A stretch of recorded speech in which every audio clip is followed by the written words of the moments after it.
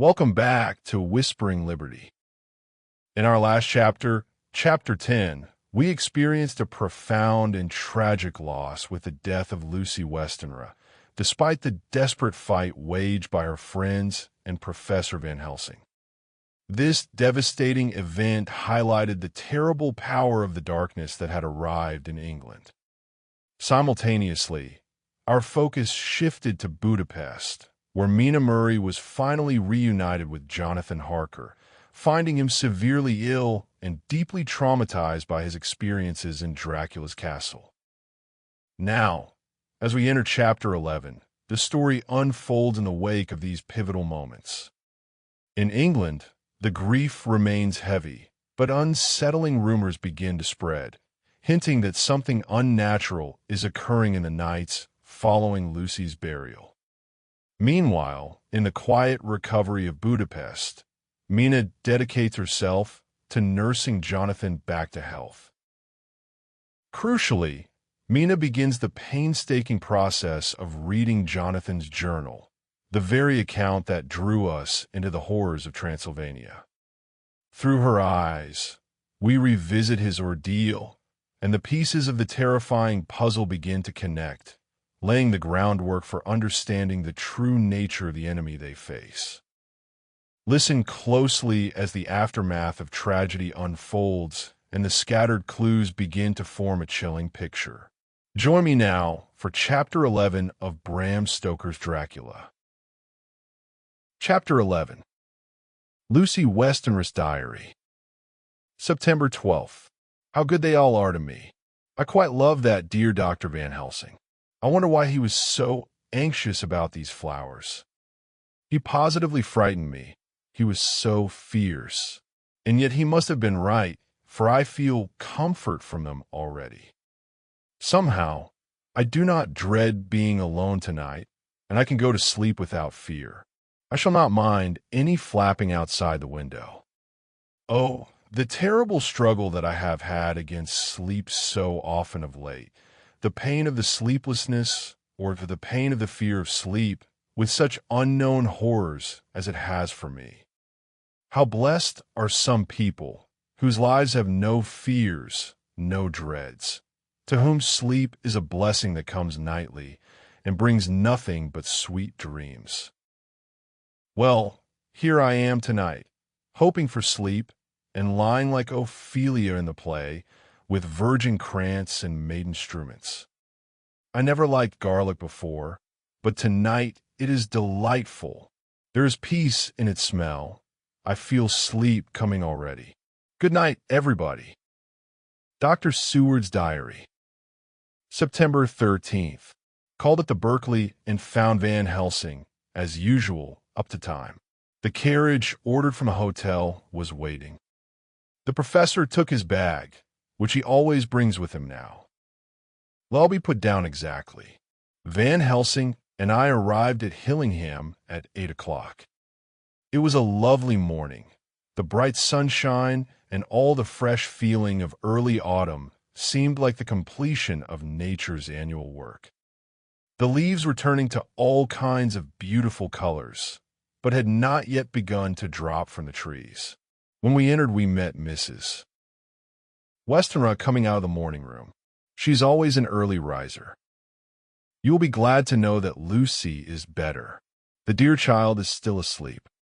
I looked into her room and saw her, but did not go in, lest I should disturb her. The professor smiled and looked quite jubilant. Aha, I thought I had diagnosed the case. You must not take all the credit to yourself, doctor. Lucy's state this morning is due in part to me.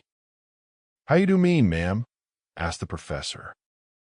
Well, I was anxious about the dear child in the night, and went into her room. She was sleeping soundly, so soundly that even my coming did not wake her. But the room was awfully stuffy. There were a lot of those horrible, strong-smelling flowers about everywhere, and she had actually a bunch of them round her neck. I feared that the heavy odor would be too much for the dear child in her weak state, so I took them all away and opened a bit of the window to let in a little fresh air. You will be pleased with her, I am sure." She moved off into her boudoir, where she usually breakfasted early. As she had spoken, I watched the professor's face and saw it turn ashen gray. He had been able to retain his self-command whilst the poor lady was present, for he knew her state and how mischievous a shock would be. He actually smiled on her as he held open the door for her to pass into her room. But the instant she had disappeared, he pulled me, suddenly and forcibly, into the dining room and closed the door. Then, for the first time in my life, I saw Van Helsing break down. He raised his hands over his head in a sort of mute despair, and then beat his palms together in a helpless way. Finally, he sat down on a chair, and putting his hands before his face, began to sob, with loud, dry sobs that seemed to come from the very racking of his heart. Then he raised his arms again, as though appealing to the whole universe. "God, God, God," he said. "What have we done? What has this poor thing done, that we are so sore beset?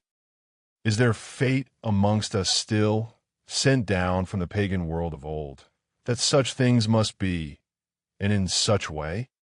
This poor mother, all unknowing, and all for the best does she think, does such thing as lose her daughter body and soul.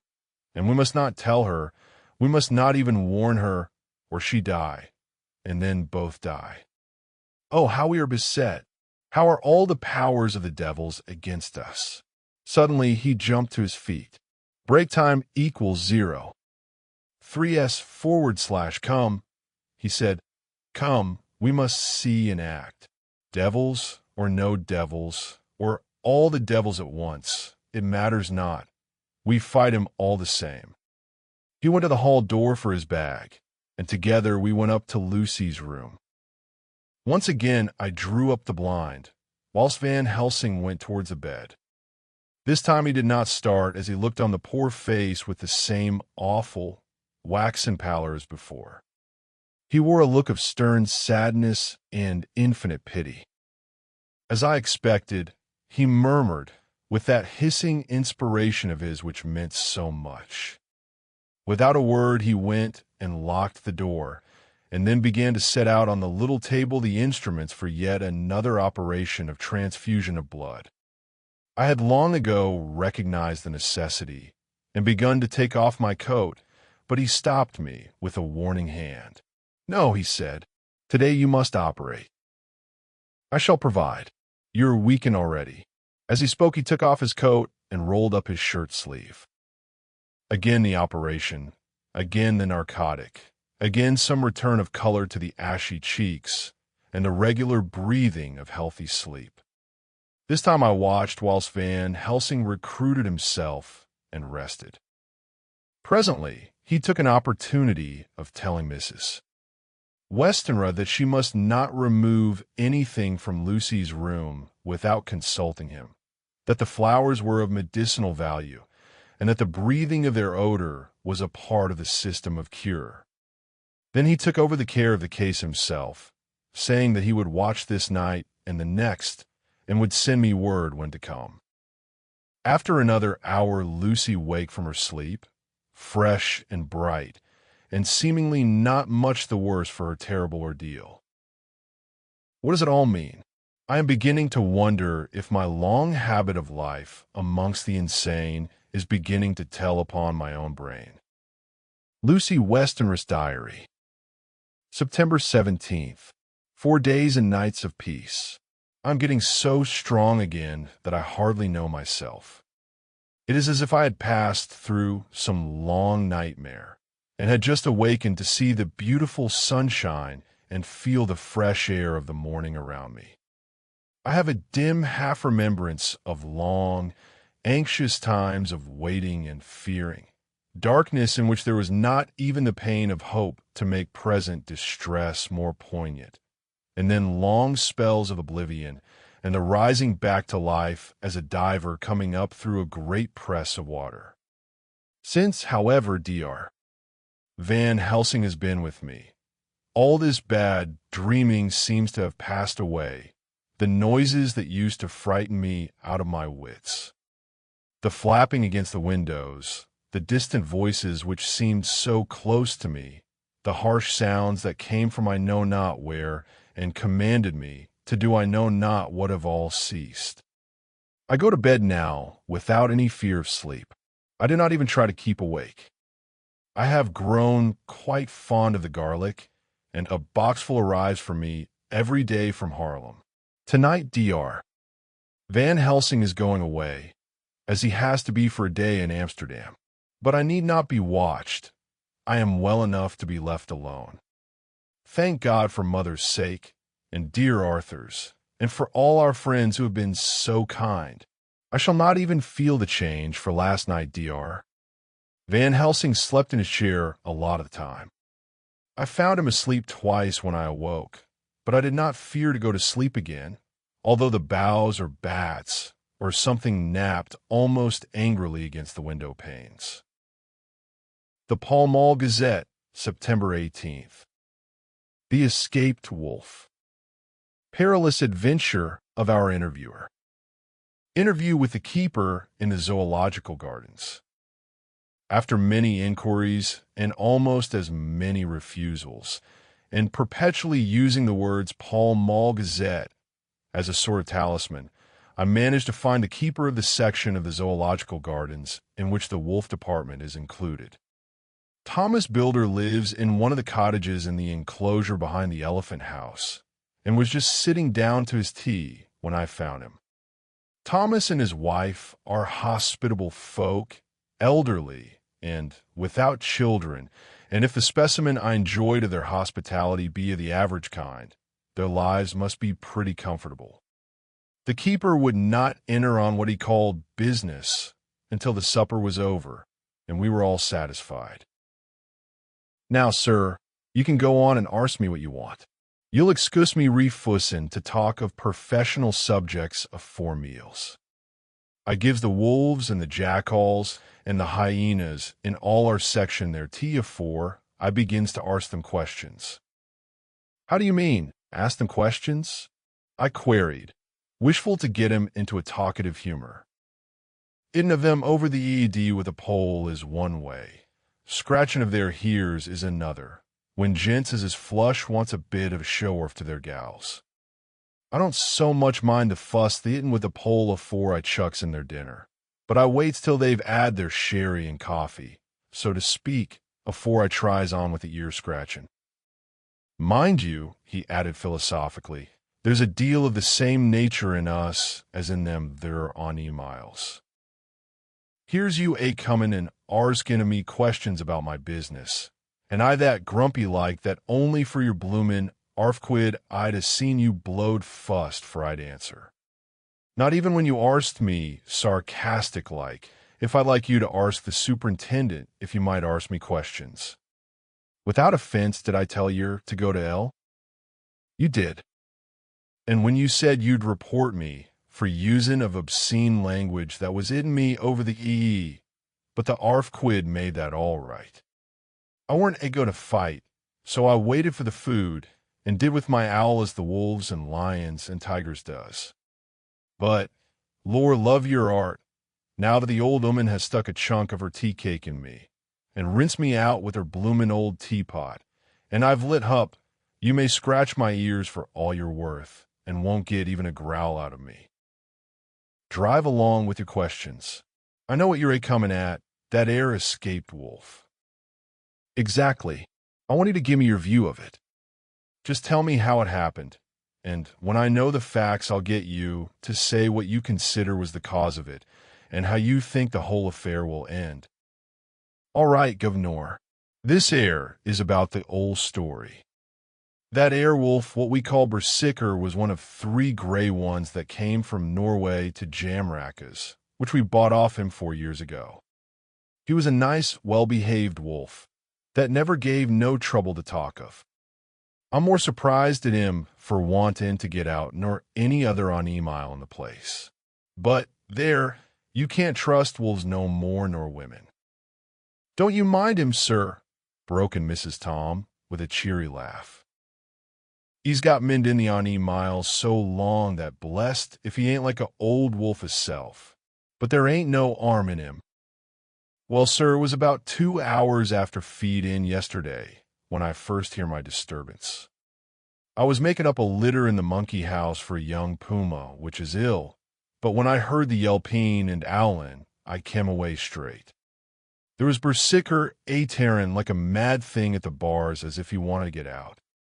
There wasn't much people about that day, and close at hand was only one man, a tall, thin chap with a okay nose and a pointed beard, with a few white hairs running through it. He had a hard, cold-looking red eyes, and I took a sort of mislike to him, for it seemed as if it was him as they was irritated at. He had white kid gloves on his hands, and he pointed out the miles to me, and says, "Keeper, these wolves seem upset at something." "Maybe it's you," says I, for I did not like the airs as he give himself. He didn't get angry as I op-ed he would, but he smiled a kind of insolent smile, with a mouth full of white, sharp teeth. "Oh no, they wouldn't like me," he says. Yes, they would," says I, imitative of him. "They always likes a bone or two to clean their teeth on about tea time, which you has a bagful." Well, it was an odd thing, but when the miles see us a-talking they lay down, and when I went over to Bersicker, he let me stroke his ears same as ever. That there man came over, and blessed, but if he didn't put in his hand and stroke the old wolf's ears too. "Take care," says I, "Bersicker is quick."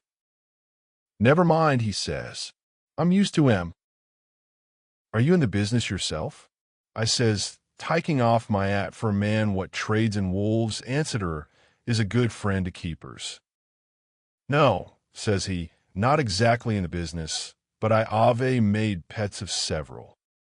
And with that he lifts his hat as perlite as a lord and walks away.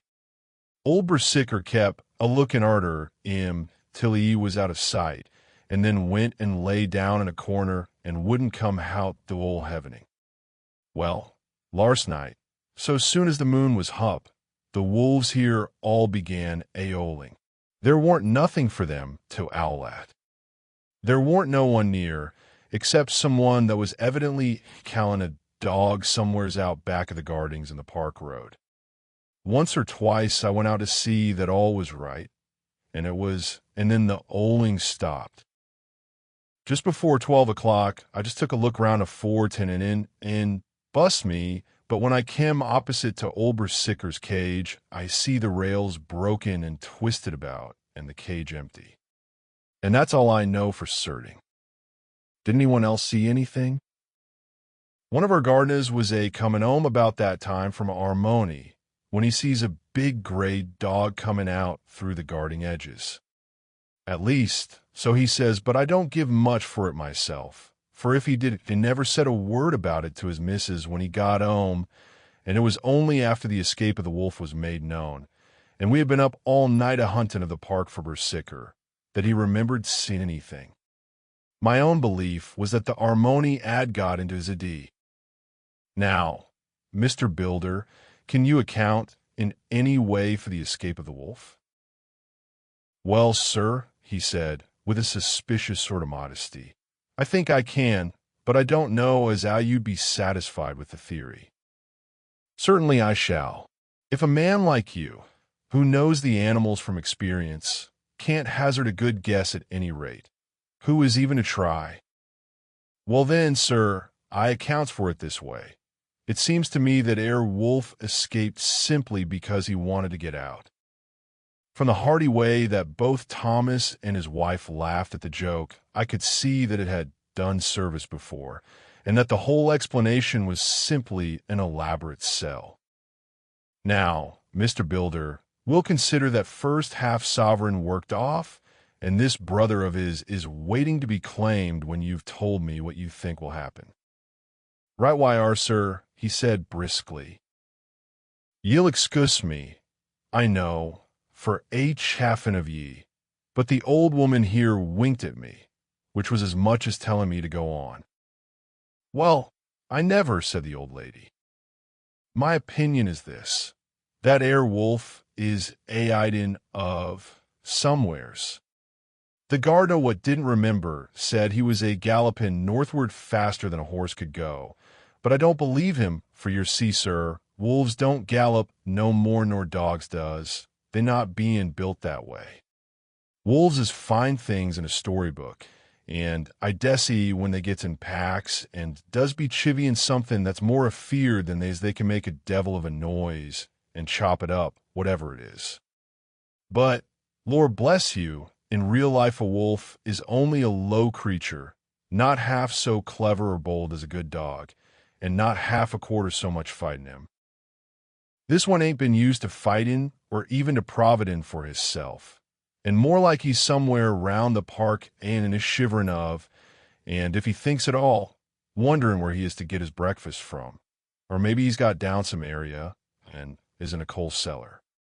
My eye wants some cook at a rum start when she sees his green eyes shining at her out of the dark. If he can't get food, he's bound to look for it, and mayhap he may chance to light on a butcher shop in time. If he doesn't, and some nursemaid goes a walking orf with a soldier, leaving of the hinfant in the perambulator well, then I shouldn't be surprised if the census is one babby the less. That's all. I was handing him the half-sovereign, when something came bobbing up against the window, and Mr. Builder's face doubled its natural length with surprise. God bless me, he said, if there ain't old Brasicker come back by self. He went to the door and opened it, a most unnecessary proceeding it seemed to me. I have always thought that a wild animal never looks so well as when some obstacle of pronounced durability is between us. A personal experience has intensified rather than diminished that idea. After all, however, there is nothing like custom, for neither Builder nor his wife thought any more of the wolf than I should of a dog. The animal itself was as peaceful and well-behaved as that father of all picture wolves read, Riding Hood's quondam friend, whilst moving her confidence in masquerade. The whole scene was an unutterable mixture of comedy and pathos. The wicked wolf that for half a day had paralyzed London and set all the children in the town shivering in their shoes was there in a sort of penitent mood and was received and petted like a sort of vulpine prodigal son. There, I knew the poor old chap would get into some kind of trouble. Didn't I say it all along? Here's his head all cut and full of broken glass. He's been a-gettin' over some bloomin' wall or other. It's a shame that people are allowed to top their walls with broken bottles. This air's what comes of it. Come along, Brasicker. He took the wolf and locked him up in a cage, with a piece of meat that satisfied, in quantity at any rate, the elementary conditions of the fat. He had a dinner knife in his hand, and, as I saw he was dangerous, I tried to keep the table between us. He was too quick and too strong for me. However, for before I could get my balance, he had struck at me and cut my left wrist rather severely. Before he could strike again, however, I got him my right, and he was sprawling on his back on the floor. My wrist bled freely, and quite a little pool trickled onto the carpet. I saw that my friend was not intent on further effort, and occupied myself binding up my wrist, keeping a wary eye on the prostrate figure all the time. When the attendants rushed in, and we turned our attention to him, his employment positively sickened me. He was lying on his belly on the floor, licking up, like a dog, the blood which had fallen from my wounded wrist. He was easily secured, and, to my surprise, went with the attendants quite placidly, simply repeating over and over again, "The blood is the life. The blood is a life." I cannot afford to lose blood just at present. I have lost too much of late for my physical good, and then the prolonged strain of Lucy's illness and its horrible phases is telling on me. I'm overexcited and weary, and I need rest, rest, rest. Happily Van Helsing has not summoned me, so I need not forego my sleep. Tonight I could not well do without it. Telegram, Van Helsing, Antwerp, to Seward, Carfax. Sent to Carfax, Sussex, as no county given. Delivered late by 22 hours. September 17th. Do not fail to be at Hillingham tonight. If not watching all the time frequently, visit and see that flowers are as placed. Very important. Do not fail. Shall be with you as soon as possible after arrival. Dr. Seward's Diary. September 18th. Just off for train to London. The arrival of Van Helsing's telegram filled me with dismay. A whole night lost, and I know by bitter experience what may happen in a night. Of course it is possible that all may be well, but what may have happened? Surely there is some horrible doom hanging over us that every possible accident should thwart us in all we try to do. I shall take this cylinder with me, and then I can complete my entry on Lucy's phonograph.